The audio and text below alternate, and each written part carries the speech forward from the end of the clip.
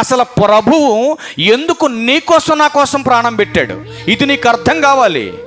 మీ అపరాధములు చేత, పాపములు చేత మీరు చచ్చిపడి ఆయన అనగా తండ్రి అయినటువంటి దేవుడు క్రీస్తుతో కూడా మనల్ని బ్రతికించాడు.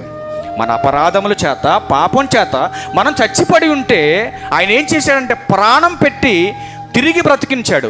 బ్రతికించినటువంటి మనల్ని ఏం చేశాడంటే బాప్తీస్నం అనే క్రియ ద్వారా, జాగ్రత్తగా వినాలి, బాప్తీస్నం అనే క్రియ ద్వారా పరిశుద్ధాత్మ వరాన్ని ఇచ్చేసి సంఘములోకి చేర్చాడు. సంఘములోకి చేర్చేసిన తర్వాత ఆయన ఏం చెబుతున్నాడో తెలుసా అండి? ఇప్పుడు సంఘములో చేర్చబడిన తర్వాత రక్షణలోకి వచ్చేసారు. మీరు సంఘంలో చేర్చబడటం అర్థం ఏంటి? రక్షణలోకి వచ్చేసాం అంటే ఇప్పుడు రక్షణలోకి రావటానికి మనల్ని రక్షించింది ఎవరు? రక్షకుడైనటువంటి యేసుక్రీస్తు ప్రభు వారు. ఇప్పుడు రక్షకుడైనటువంటి యేసుక్రీస్తు ప్రభు రక్షణలోకి తీసుకొచ్చాడు. రక్షణలోకి తీసుకొచ్చినటువంటి ఆయన అంటున్నాడు కదా, రక్షింపబడిన మీరందరూ సత్యమును గూర్చిన అనుభవ